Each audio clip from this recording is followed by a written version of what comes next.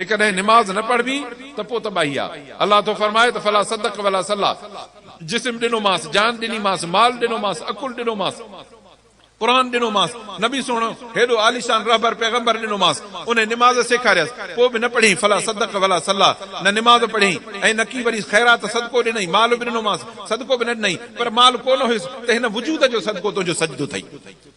अल्लाह तो फला सदक वला सल्ला वलाकिन कज़ब वल्ला, बांग पई अचे त पुठी ॾेई ठकाव ॾींदो हले पियो वञे। होटल ते वेहण जो वक़्तु हुयो, फिल्म ॾिसण जो वक़्तु हुयो, कुकड़नि जी मेल ॾिसण जो वक़्तु हुयो, डांदनि जी गोए ते वञण जो वक़्तु हुयो, बेहयाई बुछड़ाई जे मजलिस में वेहण जो वक़्तु हुयो, रागनि ऐं गाननि ॿुधण जे लाइ सभु कुझु वक़्तु हुयो, पर जे हिन निभागे खे वक़्तु न पियो मिले त निमाज़ जे लाइ अल्लाह तो फरमाए औला लक फौला, औला लक फौला, मार पवेस, मार पवेस, मार पवेस, चल मार पवेस। निमाज़ ते न आयो, हाणे ॿुधाए त निमाज़ ते न अचण जी जाइ आहे?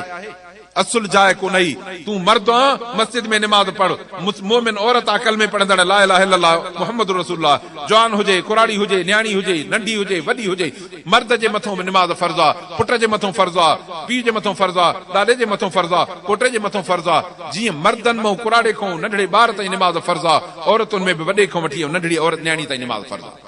नबी सल्लल्लाहु अलैहि वसल्लम ने फरमायो, बच्चा जॾहिं 7 सालनि जा थियनि त उनखे निमाज पढ़ायो। 3 साल मेहनत कयो, वज़रिबूहुम अलैहा इज़ा बलगू अशरा, 10 सालनि जा थियनि जॾहिं निमाज़ न पढ़नि त हाणे मार ॾेई निमाज़ पढ़ायो। मां तॾहिं चवंदो आहियां त हाणे जे असां अछी ॾाॾीअ वारा न पढ़ंदो पोइ असांखे त बंदूक हणण जहिड़ा पियो छा? 10 सालनि जो ॿार थो थिए, निमाज़ नथो पढ़े त मारे निमाज़ पढ़ाएसि। फरमायो मुहम्मद रसूलुल्लाह सल्लल्लाहु अलैहि वसल्लम। ऐं असां जेके वॾा मर्द ऐं मायूं हुजूं 10 सालनि जा, 20 सालनि जा, 30 जा, 40 जा, 50 जा निमाज़ न पढ़ो त पोइ असांजे मथां त गाॾी चढ़े पियो छा करे? अल्लाह शाला असांखे निमाज़ नसीब करे अदा। निमाज़ न पढ़बी त पोइ जहन्नम जो दर खुलियो पियो अथई, ऐं जहन्नम जो फाट इहो अथई जंहिं तनूर में क़बर सम्झी असांखे माण्हू पूरे था अचनि। इहा बेनिमाज़ी जी क़बर न आहे, पर इहो तनूर में पूरे आया अथसि। हेठो जहन्नम जा टांडा इन मुज़ाहिर थींदा।